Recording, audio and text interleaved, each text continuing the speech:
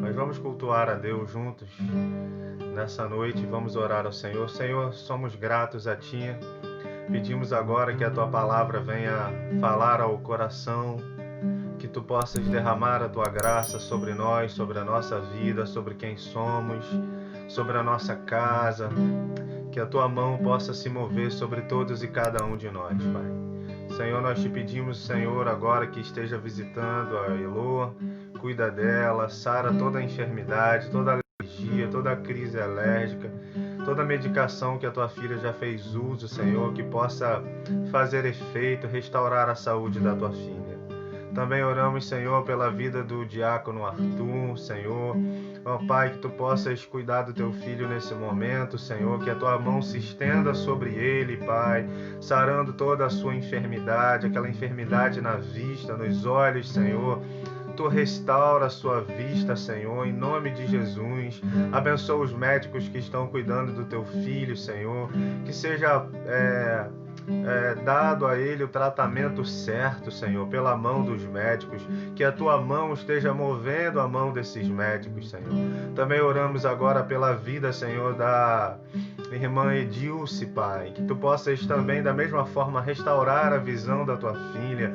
Abençoa essa cirurgia que ela vai fazer, que essa cirurgia seja um sucesso, que a visão dela seja restaurada, Senhor, no nome de Jesus. Também oramos, Senhor, por cada um, Senhor, agora, por cada lar onde nossa voz vai chegar, Senhor, que chegue também a Tua ministração, a ministração da cura, da restauração, da libertação, a ministração, Senhor, ó Pai, da salvação, que possa chegar em cada lar nessa noite. Nós te oramos em nome de Jesus. Amém. Amém. Vocês estão me ouvindo bem aí, todo mundo? Podia sinalizar. Tá tremendo, tá bom?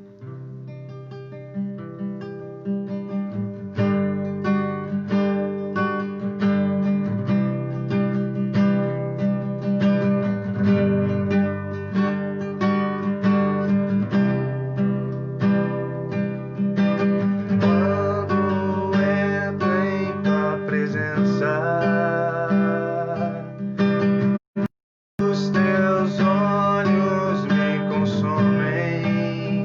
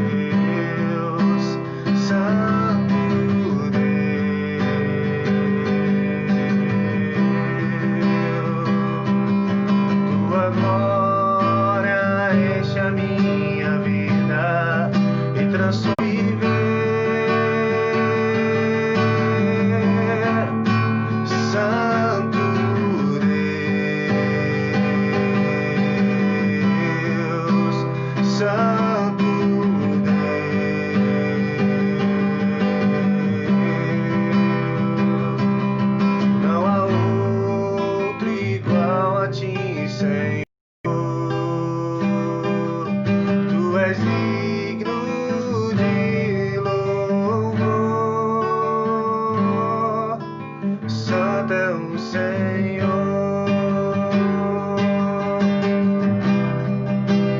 Santo é o Senhor. Santo é o Senhor. Aleluia, Senhor. Só Tu és santo, Senhor. Não há outro além de Ti, não há outro igual a Ti, Senhor. Só Tu és santo. Nós declaramos isso nessa noite, Pai. Não há outro como Tu, não há ninguém como Tu, Pai. Meus olhos revelam que eu nada posso esconder, que não sou nada sem Ti. Ó fiel Senhor, tudo Tu sabes de mim. Quando sondas meu coração, eis que tudo podes ver bem dentro de mim. Leva minha vida a uma só verdade, pois quando me sondas, nada posso ocultar. Sei que a Tua fidelidade leva minha vida mais além do que eu possa imaginar. Sei que não posso negar quando Tu olhas sobre mim, me enchem da Tua paz, pois os Teus olhos sobre mim me enchem da Tua paz.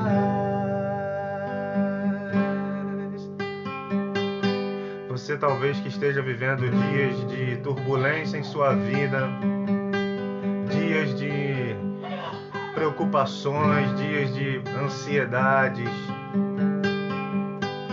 dias de turbulência, dias de aflições. Saiba que os olhos de Deus estão sobre a tua vida, sobre você. Permita que a paz de Deus entre em seu coração nessa noite. A paz de Deus, ela excede todo entendimento. Então deixa a ministração do Deus de paz entrar em sua vida. Deixa o amor de Deus envolver seu coração. Deixa a glória de Deus descer sobre a tua vida nessa noite.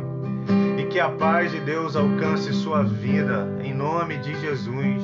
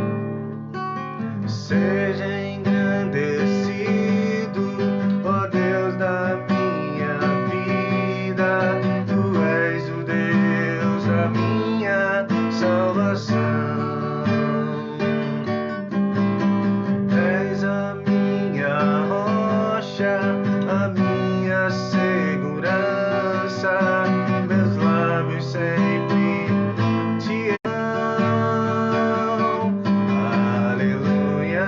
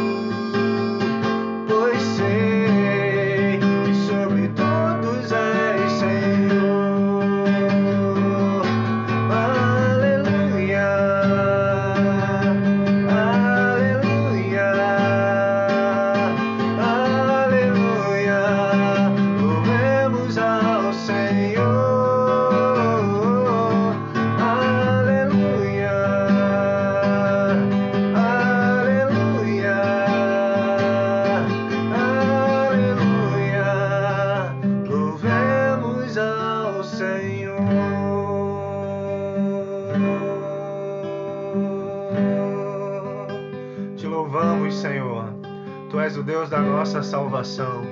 Em Ti colocamos a nossa confiança.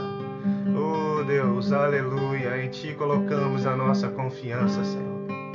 Tu és maravilhoso, Jesus. Aleluia.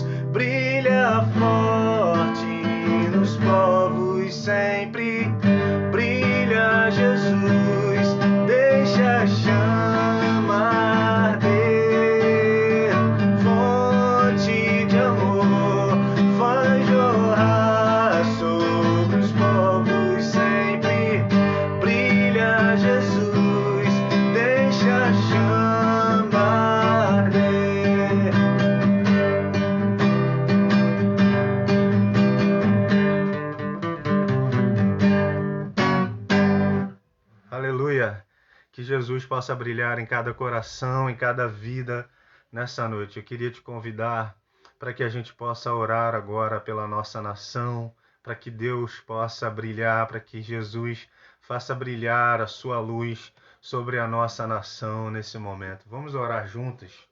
Amém? Senhor, somos gratos, Senhor, pela oportunidade que temos de, como igreja, reunidos diante da Tua presença, mesmo que respeitando o distanciamento físico, mas conectados virtualmente, conectados pela internet, também conectados pelo teu Espírito, pela tua graça e através da oração. Clamamos pela nossa nação, clamamos pelo Brasil, que a tua mão se mova sobre essa nação, que a graça do Senhor esteja, Senhor, agora sobre a liderança, sobre o presidente, sobre o vice-presidente, sobre os ministros, Senhor. Oramos, Senhor, por cada governador, por cada deputado estadual, oramos por cada deputado federal, cada senador, Senhor, oramos por cada prefeito, cada vereador, cada representante, Senhor, do povo, Senhor, que eles se vejam assim, Senhor, como representantes da nação,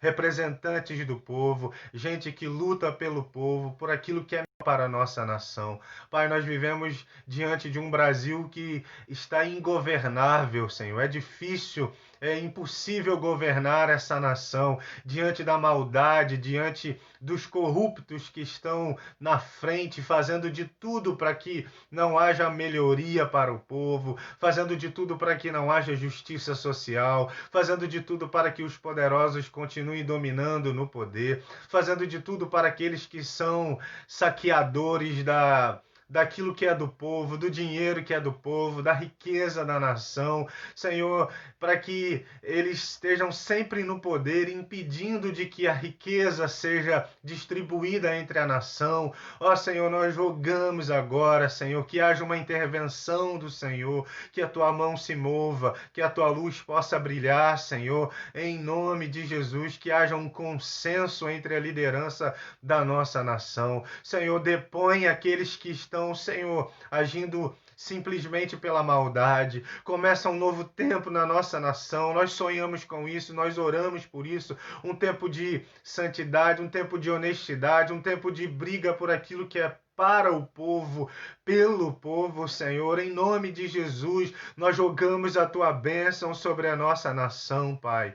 Em nome de Jesus, sobre cada pai de família desesperado, desempregado, oramos por uma porta de emprego que se abra. Senhor, oramos por um país melhor, por um Brasil melhor, mas isso começa com a gente, então por isso oramos por uma igreja melhor, por crentes melhores, pastores melhores, gente que reflete a luz de Jesus, que de fato o Senhor venha fazer brilhar a tua luz sobre a tua igreja, que a tua igreja seja sal da terra e luz para o Brasil. Nós choramos em nome de Jesus. Amém.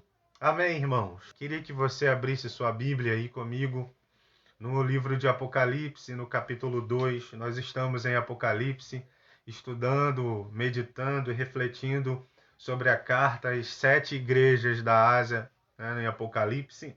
Então hoje nós iremos falar sobre a carta à igreja em Pérgamo. Então Apocalipse capítulo 2, do versículo 12 até o versículo 17.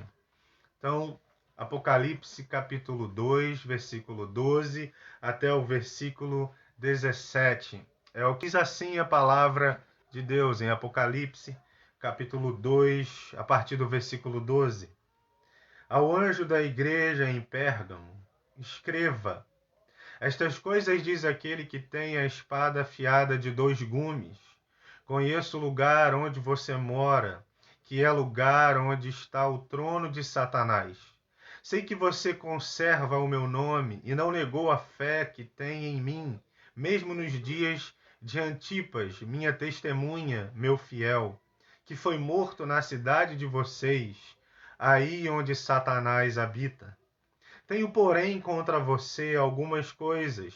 Estão aí em seu meio os que sustentam a doutrina de Balaão, o qual ensinava Balaque a armar ciladas diante dos filhos de Israel, para que comessem coisas sacrificadas aos ídolos e praticassem a prostituição. Além disso, estão também aí em seu meio os que seguem a doutrina dos nicolaítas.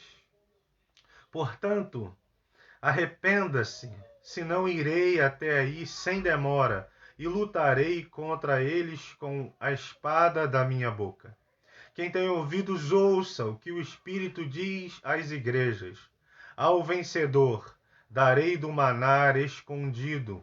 Também lhe darei uma pedrinha branca, e sobre essa pedrinha um novo nome escrito, o qual ninguém conhece, exceto aquele que o recebe. Amém. Vamos orar mais uma vez. Senhor, muito obrigado pela leitura da Tua palavra. Agora oramos para que o Espírito Santo possa iluminar a nossa mente, para que a gente possa compreender aquilo que a Tua palavra deseja a nos ensinar nessa noite. Também aqueça o nosso coração pelo poder da Tua palavra, que ela gere em nós, não simplesmente emoção, mas que haja de fato uma comoção do Espírito em nós, que haja em nós quebrantamento, que haja fogo do Espírito em nosso coração. Nós te oramos em nome de Jesus. Amém. Amém. A cidade de Pérgamos, meus irmãos, era uma cidade que ficava distante aproximadamente 100 quilômetros ali da cidade de Esmirna, né, que foi a igreja a qual nós estudamos na quarta-feira passada. Então, a cidade de Pérgamo, ela distanciava uns 100 quilômetros ali da cidade de Esmirna. Essa cidade de Pérgamo, ela era a capital política da Ásia.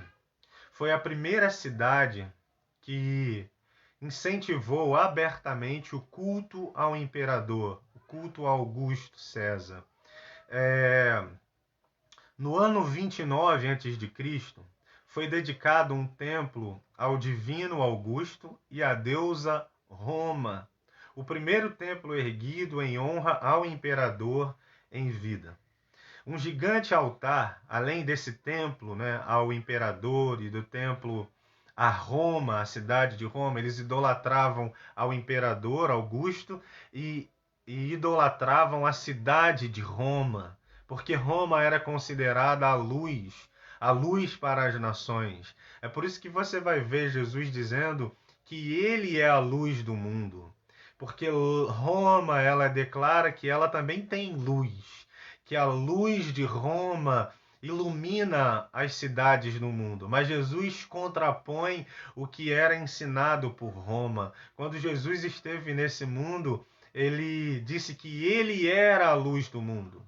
E depois, no Evangelho de João, no capítulo 9, Jesus diz que ele é a luz do mundo enquanto ele está entre nós, mas que depois que ele partisse para o seu Pai, nós, a igreja, seríamos a luz do mundo.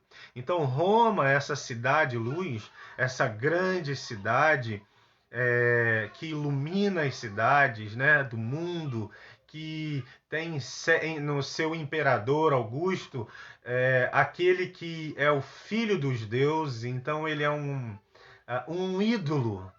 Então, essa cidade, ela chega de forma tão profunda e toca a cidade de Pérgamo, que Pérgamo ela se torna uma cidade que idolatra a cidade de Roma e idolatra o imperador Augusto. Não só isso, eles fizeram então um templo grande para adoração a César e a cidade de Roma, mas na cidade também tinha um altar que queimava por dias em sacrifícios de 24 horas por dia, que deixava na cidade aquele cheiro de carne queimada. Então, a quilômetros e quilômetros de distância, na cidade de Pérgamo, sentia-se o cheiro, o mau cheiro dos sacrifícios. Quilômetros de distância, se sentia o cheiro dos sacrifícios que eram queimados na cidade ali de Pérgamo. Essa cidade também, ela era famosa, irmãos, por sua magnífica biblioteca. Ela tinha uma biblioteca imensa naquela cidade. E aquela biblioteca, ele era o orgulho daquela cidade, porque era uma das maiores bibliotecas do mundo. Então eles requereram para eles, a cidade de Pérgamo, o título de ter a maior e mais magnífica biblioteca do mundo. Mas eles competiam com uma biblioteca que tinha em Alexandria. Por causa dessa briga entre Pérgamo e Alexandria, o Egito, que mandava papiro, né, para que fossem escritos os livros, copiados os livros, os novos livros da cidade de Pérgamo, eles deixaram de mandar o pergaminho, o papiro para Pérgamo. Então, o que a cidade de Pérgamo fez? Ela teve que se reinventar, e ela se reinventou, então, escrevendo as cópias dos seus livros em pele de animais, o que eles então chamaram de pergaminho. Bem, essa cidade, segundo o que já falamos, era uma cidade importante. Era uma das cidades mais importantes da Ásia. Era a capital de Roma ali na Ásia. Né? O culto ao imperador estava ali, a idolatria tomava conta da cidade. Havia uma identificação muito grande com o Império Romano junto àquela cidade de Pérgamo. Mas ali também tinha uma igreja plantada. A igreja de Jesus estava plantada no meio daquela cidade, entre aquelas pessoas que cultuavam a César, entre aquelas pessoas que cultuavam a Roma, que tinham o orgulho de serem de alguma forma ligados a Roma, que tinham o orgulho de ter a maior biblioteca do mundo, um povo que adorava a César, um povo idólatra, um povo cuja idolatria era muito forte naquela cidade. Ali havia uma igreja de Jesus. E a essa igreja, Jesus escreve uma carta. E nós aprendemos algumas lições com essa carta que Jesus escreve a essa igreja. E a primeira lição que eu gostaria de destacar, que a gente aprende com essa carta, é sobre Jesus, é sobre a identidade de Jesus. Como Jesus se apresenta a essa cidade. E ele se apresenta de que forma? Ele é aquele que tem a espada afiada de 2 gumes. O versículo 12 diz: ao anjo da igreja em Pérgamo, escreva: estas coisas diz aquele que tem a espada afiada de 2 gumes. Jesus se apresenta assim. A espada afiada de 2 gumes é uma imagem bíblica para a palavra que sai da boca de Deus. Quando Jesus se apresenta a essa igreja dizendo: eu sou aquele que tenho a espada afiada de 2 gumes. Jesus está dizendo: eu sou aquele que tenho a palavra que sai da boca de Deus. É por isso que o autor aos Hebreus, ele vai afirmar lá em Hebreus capítulo 1, versículo 1 e versículo 2, que no passado Deus falou de muitas formas pelos profetas, mas que na presente era ele falava através do Filho, porque o Filho é a expressão exata do ser de Deus. E Jesus, numa experiência que ele chama os seus discípulos ao subir o monte, você conhece essa experiência? É descrita na Bíblia, né? Com o subtítulo de O Monte da Transfiguração. Quando Jesus sobe com os seus discípulos àquele monte, Jesus então parece que ele tira a capa de humano, a máscara de humano, e revela o ser divino. E aí os discípulos têm aquela visão, têm um êxtase, de tal maneira que o apóstolo Pedro diz: Senhor, é maravilhoso é maravilhosa demais essa visão, é maravilhoso demais estar aqui. Deixa eu fazer uma tenda para o Senhor, outra para Moisés, outra para Elias, e vamos ficar aqui. Mas o que acontece ali? Eles sobem o monte e Jesus se revela a sua divindade a eles.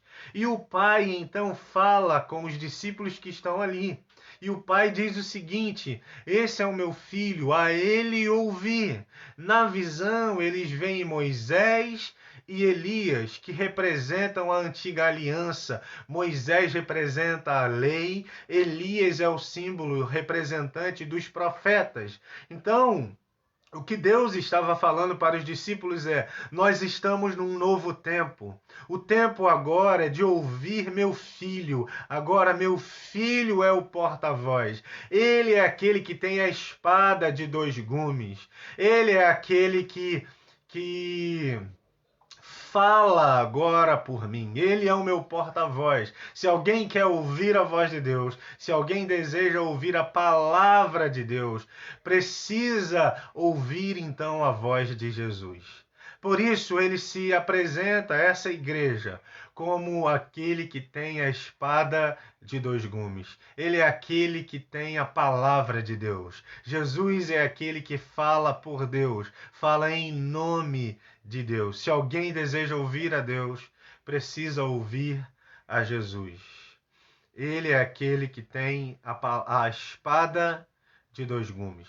Espada de dois gumes que é para cortar o crânio e alcançar a mente. E para penetrar o coração e tocar as emoções. Por isso tem dois gumes. A espada toca a mente e toca o coração, a sede das emoções. Porque quando a palavra de Deus vem a nós, ela fala a nossa razão, fala de maneira que a gente entenda, fala com clareza. Deus fala de maneira clara, Deus fala de maneira que a gente compreenda, Deus fala de maneira que eu entendo que é Ele que está falando.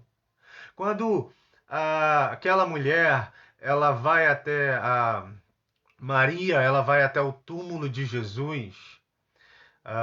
Quando ela vai até o túmulo de Jesus e ela está ali e não vê Jesus, o túmulo está vazio, Jesus está atrás dela, ela acha que Jesus é o jardineiro ali e pergunta: onde que foi que o Senhor colocou o corpo do meu Senhor? E Jesus então fala assim: Maria. E quando Jesus fala Maria, ela ouve a voz e ao ouvir Jesus chamar seu nome, ela reconheceu que era Jesus. Porque Deus sempre fala de maneira que a gente reconheça que é a voz dele. Nós sabemos quando ele fala conosco. Porque ele fala de maneira racional, fala a mente, espada de dois gumes, corta a mente e corta o coração, fala ao coração. Bem, a segunda lição que a gente aprende com esse texto, com essa carta, é as qualidades dessa igreja. Primeiro é sobre a identidade de Jesus. Ele é aquele que tem a espada de dois gumes. Ele é aquele que fala agora em nome de Deus. Ele é aquele que tem a palavra de Deus. Se queremos ouvir Deus, precisamos ouvir a Jesus. A segunda lição é sobre as qualidades dessa igreja. O versículo 13 diz o seguinte: conheço o lugar onde você mora, que é lugar onde está o trono de Satanás.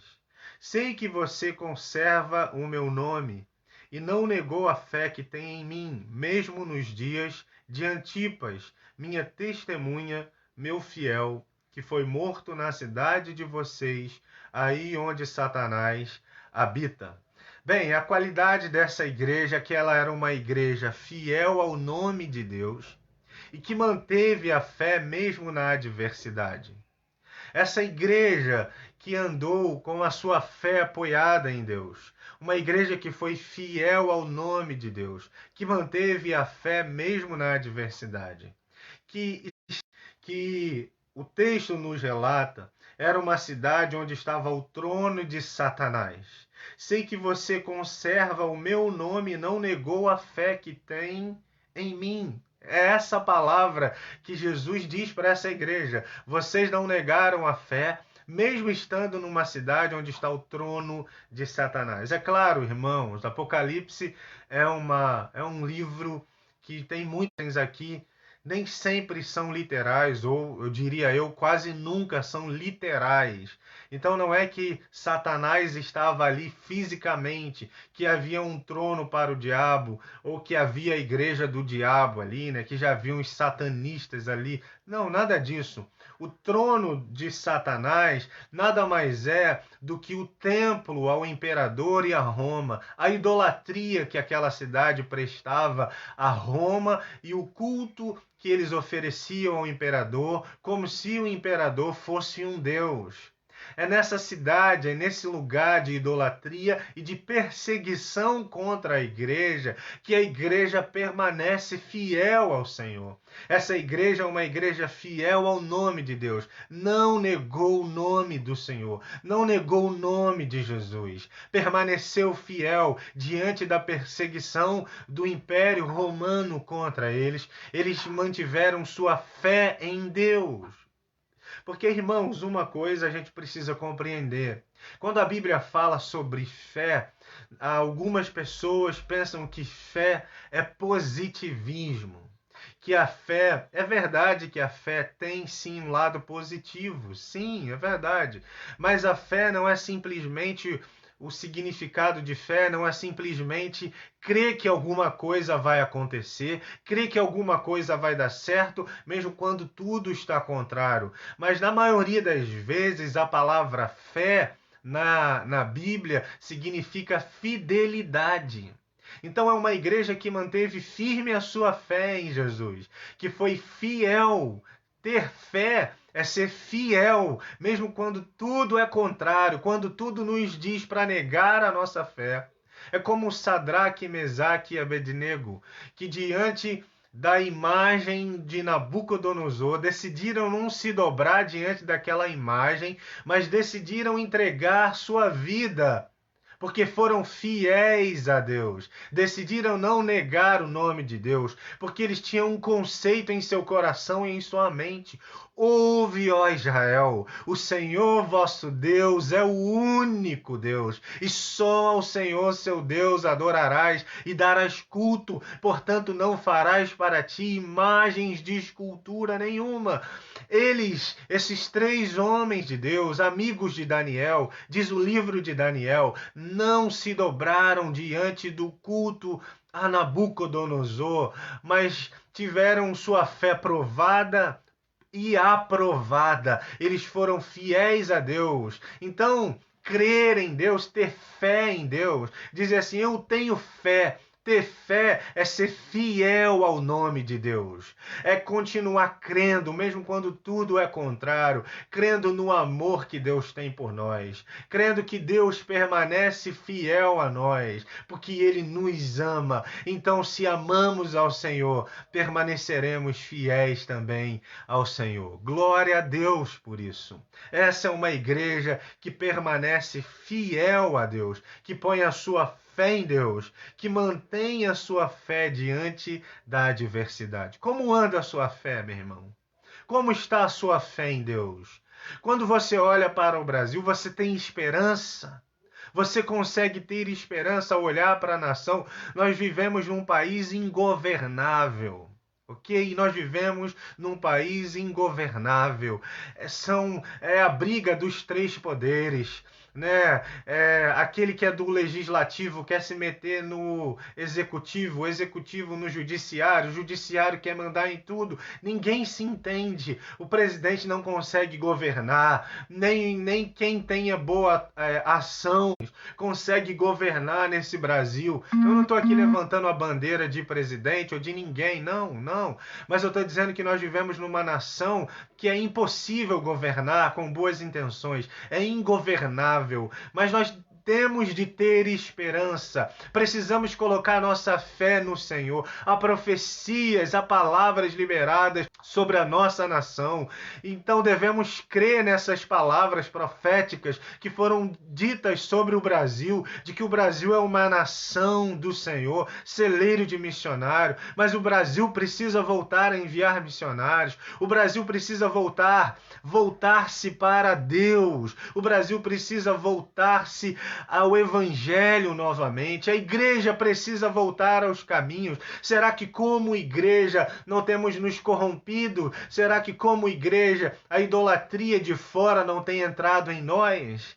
Essa igreja permaneceu fiel, não se dobrou diante da idolatria ao imperador e a Roma. Eles não se curvaram. Veja, você vê aí que Jesus cita o nome dele no versículo 13. Conheço o lugar onde você mora que é o lugar onde está o trono de Satanás. Sei que você conserva o meu nome e não negou a fé que tem em mim, mesmo nos dias de Antipas. Aqui não é Herodes Antipas, mas Antipas aqui, olha o que ele diz: minha testemunha, meu fiel, que foi morto na cidade de vocês, aí onde Satanás habita, aí onde há o poder do Império Romano, aí onde a idolatria a Roma e ao imperador imperam.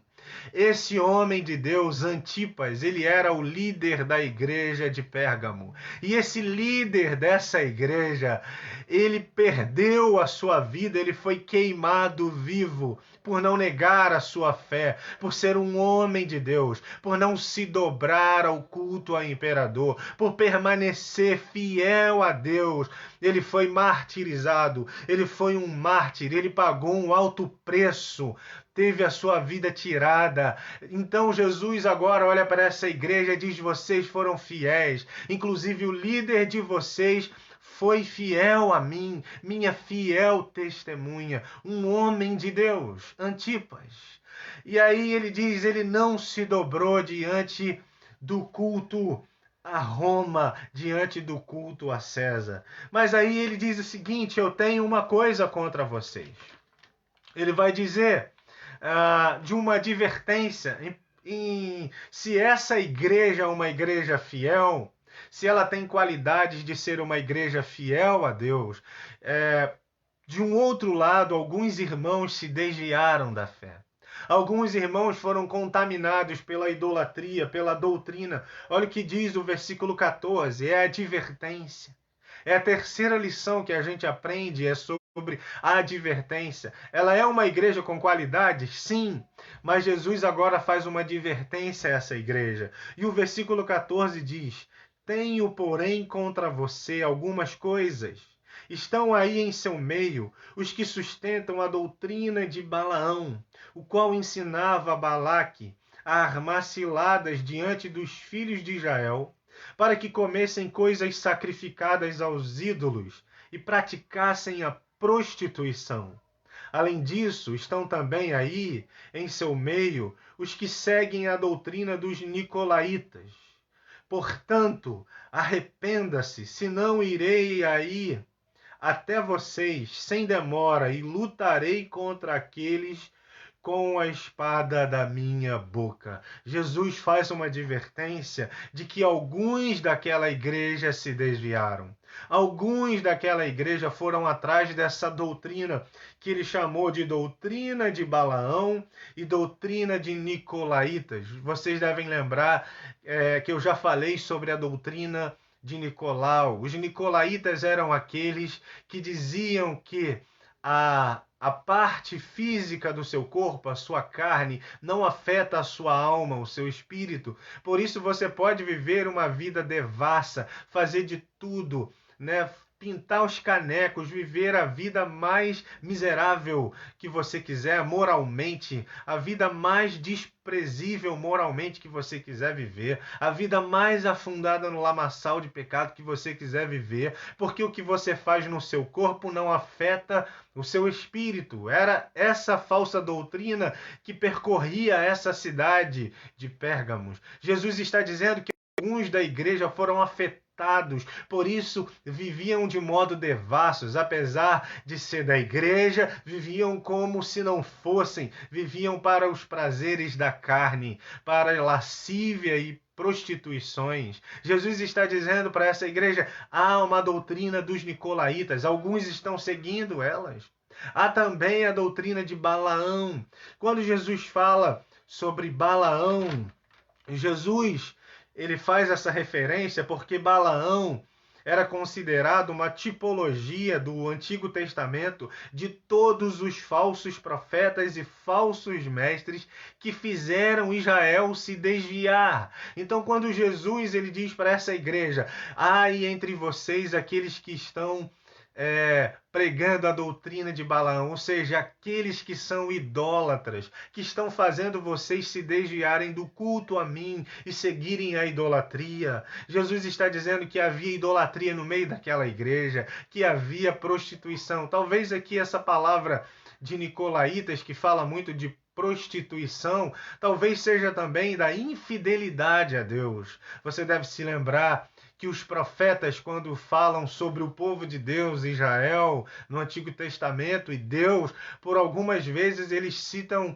a relação de um casamento, o noivo e a noiva, o marido e a esposa. E o profeta, falando em nome de Deus, os profetas diziam: "Ó Israel, o teu Deus é o teu marido, mas você se virou contra o seu marido, você traiu o seu marido", ou seja, você seguiu o caminho da idolatria. Jesus estava dizendo que a idolatria estava entrando ali no meio de alguns irmãos, e alguns irmãos se desviaram da verdade. Irmãos, quando a gente fala de idolatria hoje, a gente pode pensar de veneração, talvez, né?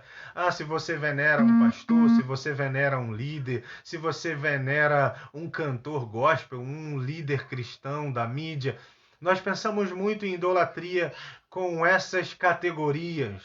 Mas eu gosto de pensar em idolatria de outra forma. Eu gosto de pensar também a idolatria em relação a Deus. Porque às vezes eu tenho a impressão que algumas pessoas, elas fazem de Deus um ídolo. E nós corremos o risco de cair na idolatria de Deus, idolatrar Deus. Deus não deve ser idolatrado, Deus deve ser adorado. Adorado. Só ao Senhor teu Deus adorarás e não idolatrarás. Eu nem sei se existe esse verbo, né? Idolatrarás. Mas ao Senhor teu Deus adorarás. Quando Deus diz isso ao seu povo, ele diz para não fazer imagem, escultura, não devemos fazer imagens de Deus. De Deus. Algumas pessoas fazem imagens de Deus, criam conceitos errados em seu pensamento e fazem de Deus um ídolo. Por exemplo, os amigos de Jó criaram um ídolo dentro de si e chamaram Deus. Eles fizeram de Deus uma imagem errada. Nós corremos o risco de fazer de Deus uma imagem errada. É por isso que Deus se revela em Jesus. Quem quer conhecer o caráter de Deus, quem quer conhecer como Deus é, precisa olhar para Jesus, porque em Jesus vemos Deus como Ele é. Ele é a imagem do Deus invisível. Quando Filipe disse: "Senhor, mostra-nos o Pai", Jesus disse: "Quem vê a mim, vê o Pai. Quem vê a mim, vê o Pai." Filipe, tanto tempo eu estou andando contigo, Filipe. Quem vê a mim, vê o Pai. Quando nós criamos estereótipos de um Deus que não retrata o nosso verdadeiro Deus, nós rebaixamos Deus para a categoria de ídolo. E ao invés de adorarmos a Deus, idolatramos a Deus. E podemos cair no pecado da idolatria. Eu falava dos amigos de Jó. Os amigos de Jó fizeram um estereótipo de Deus. Eles disseram que Deus abençoa os justos, aqueles que andam, os filhos de Deus, os servos de Deus, são tão abençoados que não podem passar por privações, que não podem passar por lutas. Então, para aqueles homens amigos de Jó, Deus era um estereótipo de que ele é abençoador daqueles que é justo. Dos pecadores, ele é um Deus castigador. Ele castiga. Então, quando o justo sofre, é porque o justo está em pecado. Porque para eles, Deus não permite o justo passar por aflições. O que é isso? Fazer um estereótipo de Deus, uma imagem de Deus. Ele tem uma imagem de Deus que Deus não é. É por isso que Jesus revela quem Deus é. Quando olhamos para Jesus, Jesus vem e a religião de Israel fica tão assim possessa com Jesus, porque Jesus revela quem Deus é. Quem Deus é? O Pai. Quando os discípulos dizem: "Jesus, ensina-nos a orar", ele diz: "Pai nosso que estás nos céus, santificado seja o teu nome." Ele diz: "Fecha a porta do teu quarto e fala com o teu Pai que te vê em secreto." Aleluia, glória a Deus. Jesus nos revela quem Deus é. Jesus nos revela o Pai, a paternidade de Deus, o Deus que é Pai. Mas quando não olhamos para Jesus, quando não compreendemos Deus através de Jesus, criamos deuses, criamos imagens de Deus que de fato não refletem o caráter do verdadeiro Deus. Por isso podemos cair na idolatria, até mesmo do verdadeiro Deus. Podemos fazer do verdadeiro Deus um ídolo. Uma outra forma de fazer do verdadeiro Deus um ídolo é a relação que alguns cristãos têm com Deus. A relação apenas de buscar um favor, uma graça e uma bênção. Meus irmãos, não é isso que os devotos aí fazem na vida? Os devotos não pagam promessa para receber uma dádiva. Eles não se curvam diante de imagens e buscam para poder, diante daquela imagem, eles fazem promessas e se curvam diante dessas imagens para pedir, pedir, pedir e pedir. Quando a relação de um crente com Deus é apenas na base do me dá, do pedido, me abençoa, provavelmente esse crente faz de Deus um ídolo. Ele rebaixa Deus para a categoria de ídolo. Mas Deus não deve ser idolatrado. Deus deve ser adorado e amado. Ame ao Senhor de toda a tua alma, de toda a tua força, com toda a tua vida. Deus nos chama para amá-lo, não para idolatrá-lo. Eles precisavam se arrepender. E a advertência que Jesus faz a essa igreja é: vocês estão caindo na idolatria. Alguns de vocês caíram na idolatria. Por isso, arrependam-se. Arrependam-se e volte para Deus. Arrependam-se, arrependam-se. O chamado é um chamado ao arrependimento. Pastor Israel Belo de Azevedo, ele disse no seu livro Tem Mensagem para Você, ele disse: Jesus nos lembra os nossos pecados, porque nem sempre somos capazes de reconhecê-los e pedir perdão a Deus por eles. Por isso Jesus nos revela. Por isso Jesus põe luz e ilumina a nossa escuridão. Ele ilumina os nossos pecados. Ele coloca luz para que a gente se arrependa, para que a gente se volte e se conserte com Ele. Por isso, nessa noite, eu queria que você pensasse. A mensagem hoje, ela é muito para a sua cabeça, para a sua razão, para o seu entendimento. Como anda a sua relação com Deus? Você apenas busca a Deus para pedir? Você apenas busca a Deus porque precisa de um favor? Você só ora quando precisa de um milagre? E quando você não precisa de um milagre, você ora? Você só ora quando precisa de uma porta de emprego. Mas quando você está empregado, você ora? Você só ora quando precisa de uma cura. Mas quando você está saudável, você ora? Como anda a sua relação com Deus? Nós precisamos pensar nisso, meus irmãos. Como é que anda o nosso coração diante de Deus? Será que temos trilhado o caminho da idolatria? Será que temos feito de Deus um ídolo? Será que temos ideias preconcebidas erradas sobre Deus? Eu pensava, por exemplo, que Deus, na minha infância, era um velho zangado, barbudo, um velhinho de barba branca, cabeludo, barba branca, que ficava zangado o tempo todo, que o tempo todo, qualquer coisa de errado que eu fizesse, Deus ia me punir e me jogar no inferno. Era essa a ideia que eu tinha sobre Deus.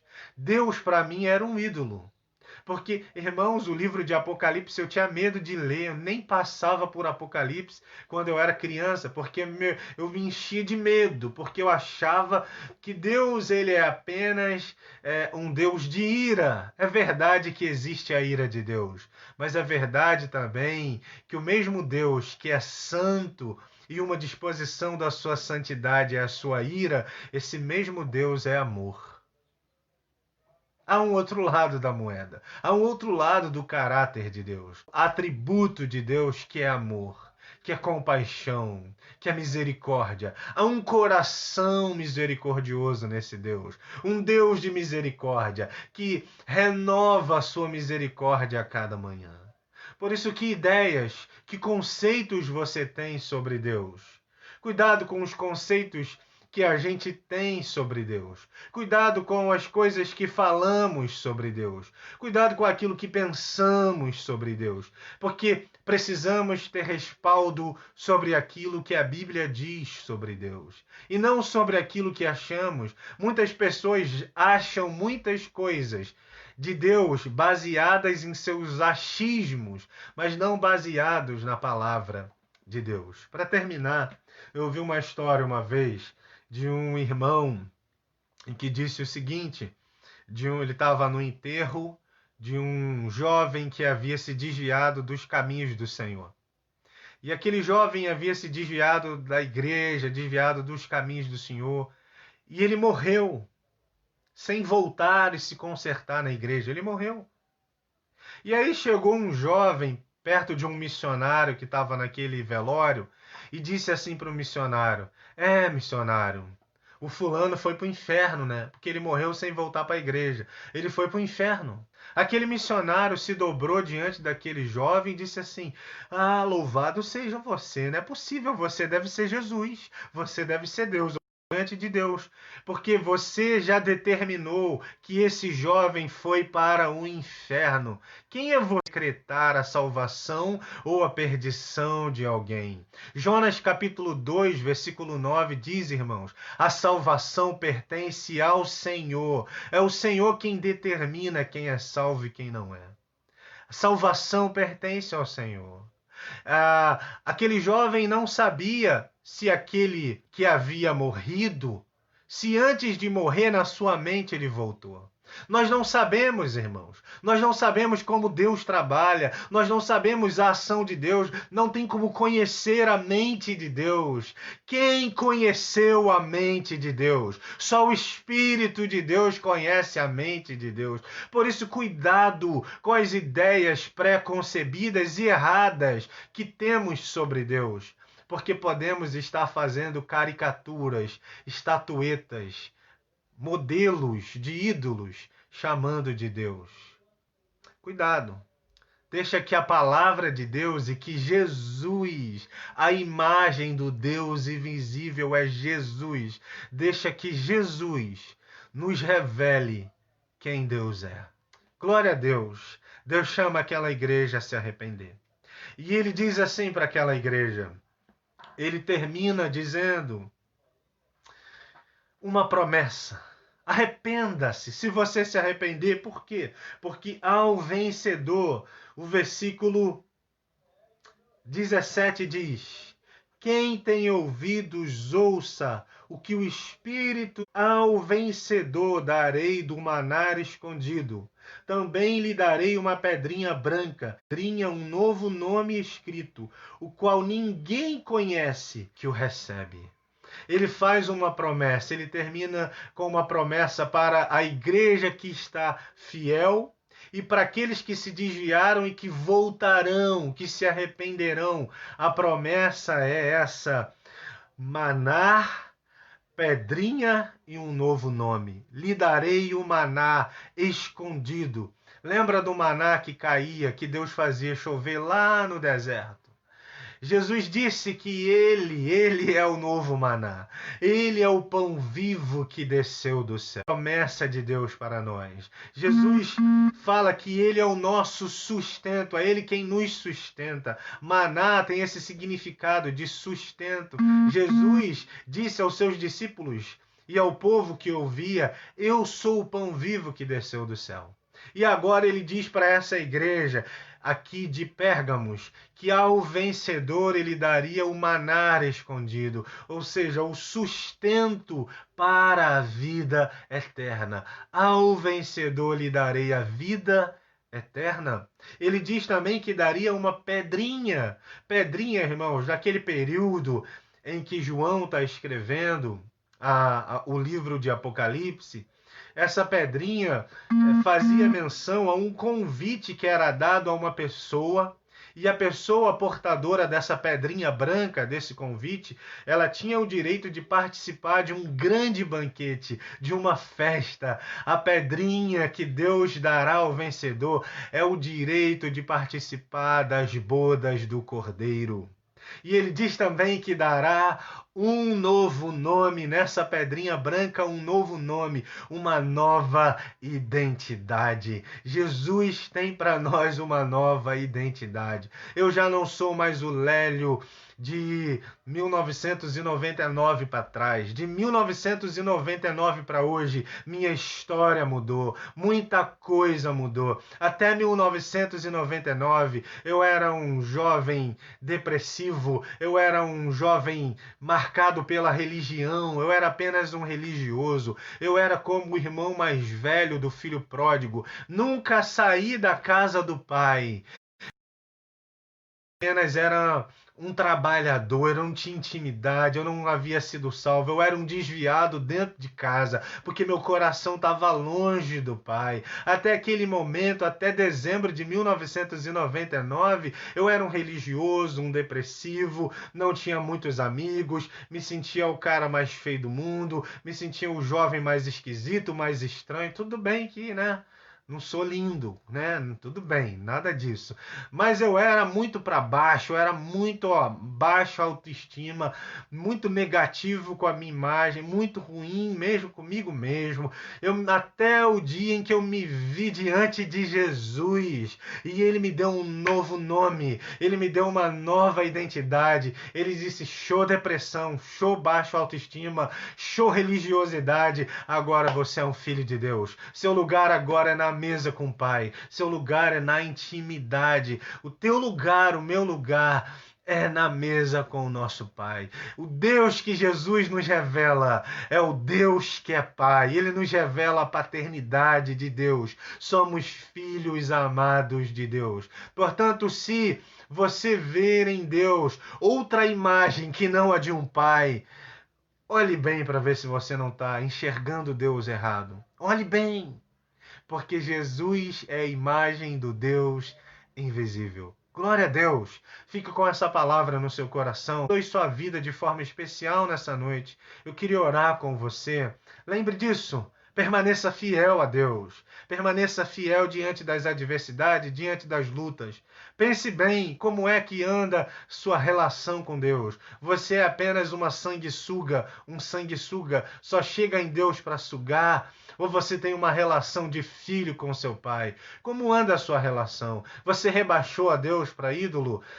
Se é isso que está acontecendo na sua relação, arrependa-se, arrependa-se, volte para Deus, adore a Deus. Deus não é um ídolo, Ele é Deus e merece ser adorado. Por isso, adore a Deus, mesmo diante das dificuldades que você tem enfrentado. Lembre, Ele é digno e merecedor da minha adoração. Não importa se eu não vejo nada de bom acontecendo na minha vida, se a cura ainda não chegou, se a porta ainda não abriu, Ele é Deus, adore a Ele, Ele é digno de ser louvado, Ele é digno de ser adorado, Ele é digno, porque Ele abriu o livro e desatou os selos, e escreveu uma nova história para você e para mim, escreveu, por isso Ele tem uma nova identidade para você, uma nova identidade para mim. Vivamos a nova identidade, vivamos a identidade de filhos amados de Deus, em nome de Jesus. Vamos orar, gente. Vamos orar, gente boa, em nome de Jesus. Vamos orar. Que a glória de Deus inunde seu coração, que a bênção do Eterno, a bênção é Ele, a bênção não é o que Ele faz, a bênção não é o que Ele dá, a bênção é a presença dEle na nossa vida. Por isso, se você tem a presença dEle, você tem motivos para todo dia de manhã acordar e louvar o nome desse Deus. Você tem motivo para todo dia de manhã se levantar. Se você acordar depressivo amanhã, se você acordar borocochô amanhã, olha no espelho, lava o rosto, arruma a sua cara, faz um penteado bonito, né? Você que pode, eu não posso. Faz um penteado bonito, se ajeita, se arruma e diz assim: o Espírito Santo mora dentro de você. Ei, acorda, ânimo, levanta, porque Deus mora em você. Deus escolheu morar em mim. Glória a Deus, o verdadeiro Deus é o meu Deus. Aleluia, louvado seja o nome do Senhor. Vamos orar, meus irmãos. Eu me empolguei, né? Glória a Deus, Deus é bom demais. Vamos orar. Senhor, obrigado. Obrigado por essa noite. Obrigado pelos meus irmãos. Obrigado pela vida de cada um que nessa noite te percebe, te vê, te enxerga, te sente, que a palavra faz sentido. Senhor, obrigado. Se a palavra não fez sentido ainda para alguém, que o Espírito Santo possa me traduzir a esse alguém, a essa pessoa, que essa pessoa, Senhor, possa entender aquilo que é a tua voz, entender, Senhor, tu és aquele que tem a espada de dois gumes, tu és aquele que tem a palavra de Deus. Por isso, Jesus, fala ao coração dos teus filhos nessa noite. Essa é a nossa oração. Que o teu poder, a tua graça, anima o teu povo. Derrama ânimo agora. Derrama agora, Senhor, em nome de Jesus, a alegria da salvação. Nós somos crentes em Cristo Jesus. Renova a alegria dentro daqueles que estão tristes. Renova, Senhor, a alegria, meu irmão. Receba a alegria da salvação, a alegria de Deus dentro de você. Chega de se lamentar, chega de murmurar, chega de chorar. Não é mais tempo de chorar. O Senhor entra na tua vida, entra na tua causa, Ele cuida de você, Ele tem uma nova história, uma nova identidade, Ele te entrega uma pedrinha branca, uma nova identidade em tuas mãos. Receba aí nessa noite a nova identidade, receba a alegria de Deus, receba uma nova perspectiva, uma nova visão do mundo, uma nova visão sobre Deus. Deus é teu Pai, Deus te ama, você é um filho amado de Deus. Por isso, meu irmão, não é tempo de chorar, de se lamentar, de se entristecer. Se levanta nessa noite para adorar o teu Deus. Se levanta para adorar aquele que é digno da tua adoração. Se há fôlego em você, diz a palavra, todo ser que respira, louve ao Senhor. Há fôlego de vida em você. Glória a Jesus. Senhor, abençoa teu povo nessa noite. Essa é a nossa oração, em nome de Jesus. Amém. Beijo, meu povo. Deus abençoe sua vida. Receba cura, libertação, salvação, restauração. Levanta essa cabeça, penteia o cabelo, põe um laço bonito, faz uma foto aí, como é que fala? Uma selfie bonita, bota lá no Facebook, no Instagram, hashtag sou filho amado de Deus, hashtag sou filha amada de Deus. Essa é a sua identidade, em nome de Jesus. Beijo. Você que nos acompanhou até agora, Deus abençoe sua vida, em nome de Jesus. Amém. Fica na paz.